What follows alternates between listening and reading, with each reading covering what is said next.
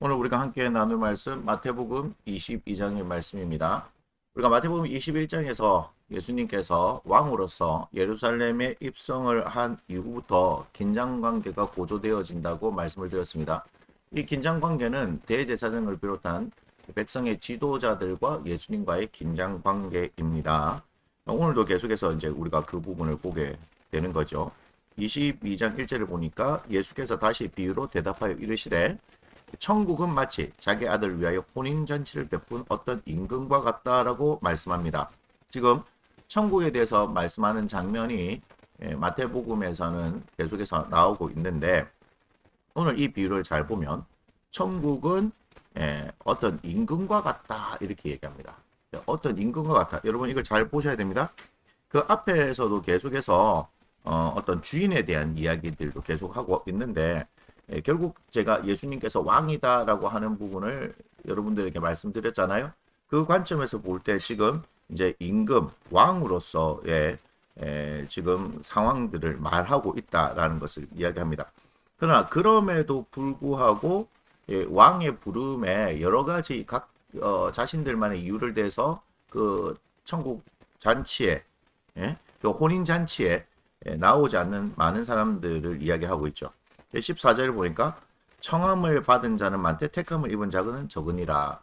이 말씀이 뭐냐라고 얘기할 때 천국 하나님 나라는 수많은 사람들을 초청했지만 그러나 그 천국에 들어갈 만한 자격을 가지고 있는 사람은 적다라는 것을 이야기하는 거죠.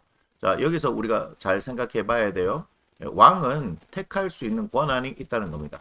왕으로서 잔치를 베풀었기 때문에 수많은 사람들을 초청할 수 있는 그런 권위가 있다는 거죠. 그러나 그 가운데서 택할 수 있는 권위도 있다는 것을 우리가 알아야 됩니다. 그것이 어떻게 해서 나왔어요? 예복 때문이죠. 예복. 10절에 보니까 종들이 길에 나가 악한 자나 선한 자나 만나는 대로 모두 데려왔습니다. 왜 가능합니까? 왕이기 때문에 가능한 거예요. 혼인잔치에 합당한 사람들은 아니지만 왕이기 때문에 가능합니다.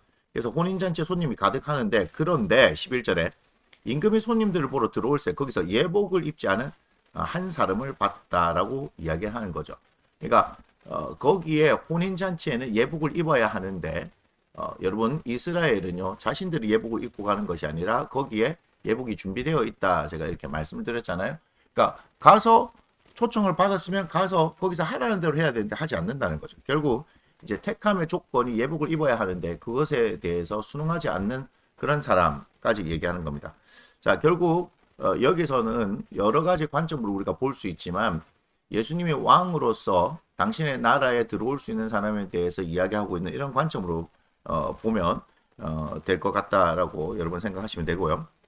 그 다음에 15절 이후에 이에 바리새인들이 가서 어떻게 하면 예수를 말의 올무에 걸리게 할까 이렇게 얘기하죠. 그러니까 계속해서 긴장 관계가 나오는 겁니다. 계속 왕에 대한 도전을 하고 있다라고 보면 되는 거죠. 그러니까 이제 세금에 대해서 얘기를 하는 겁니다. 17절에 가이사에게 세금을 바치는 것이 옳습니까? 옳지 않습니까? 라고 얘기하죠. 18절에 예수께서 그들의 악함을 아시고 결국 간파하신다는 얘기죠. 계속해서 도전을 하지만 하나님 아들이신 이 예수님, 그들의 왕이신 예수님은 이들의 악함을 아시고 그들이 결코 대답할 수 없을 것 같은 그 질문에 대해서 그들이 생각하지 못했던 방법으로 이제 말씀하시는 것을 이렇게 이야기하는데 그러면서 이제 20절을 보세요. 이 형상과 이 글이 누구의 것이냐 하니까 가이사의 것입니다. 라고 얘기하죠. 그러니까 가이사의 것은 가이사에게 하나님의 것은 하나님께 바치라 이렇게 얘기하죠. 그러니까 세금이죠, 세금. 세금을 바치는 것이 옳습니까? 안 옳습니까? 그러니까 이런 수준에만 머물러 있는 거예요. 그러니까 예수님이 어떤 말하는데 올무를 걸려고 하니까 계속 그 수준에 맞추고 있는 거예요. 근데 예수님은 그것을 이야기하는 겁니다. 가이사의 것이면 가이사에게 주라. 그렇지만 하나님의 것이면 하나님께 바쳐야 되지 않느냐 하는 이 말씀을 통해서 여러분 한 번 더 생각해 봐야 할 것이 있습니다. 너희들은 그렇다면 어떻게 해? 어떻게 해야 될 것이냐? 너희들이 지금 가이사에게 속해 있기 때문에 가이사에게 드리라 이렇게 얘기를 해볼 수 있는 거예요. 즉 너희들이 하나님 하나님에 속해 있다면 이 문제에 대해서 고민할 필요가 없죠. 여러분 이걸 잘 아셔야 됩니다. 지금 이들이 하고 있는 것들 자체가 가이사 즉 세상에 속해 있기 때문에 하나님 나라의 왕이잖아요. 이분에게 계속해서 도전하는 거죠. 그런데 이들이 가이사 이 세상에 속한 것이 아니라 하나님의 나라에 속해 있는 자들이면 이렇게 걸 게 없는 거예요. 그래서 계속해서 그런 긴장 관계를 만들고 있는 거 보면 됩니다. 또 그 다음에 이제 부활이 없다는 사두개인들이 이제 얘기를 하죠. 또 이제 11겁니다. 앞에는 바리새인이고 이번에는 이제 사두개인들입니다. 자신들의 관점으로 또 얘기하는 거예요. 부활이 없다 하는 사두개인들 이게 중요한 겁니다. 자신들이 부활이 없다라고 생각하고 있는 거예요. 그 관점에서 이제 뭐 이제 말도 안 되는 한 부부가 있는데 그 남편이 죽고 나서 그다음에 그 뭐예요? 이제 형제의 의무를 지금 다 하기 위해서 뭐 둘째가 셋째가 넷째가 그래 뭐 다 죽었다. 칠형제가 다 죽었다.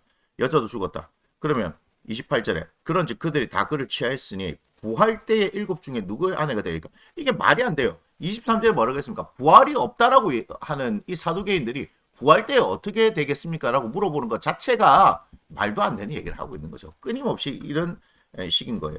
근데 예수님께서 말씀하시죠. 29절에 너희가 성경도 하나님의 능력도 알지 못하는 거로 오해하였다. 부활 때에는 이렇게 된다라고 말씀을 하고 계십니다. 자, 그러면서 예수님은 이 말씀을 하시는 거죠. 32절.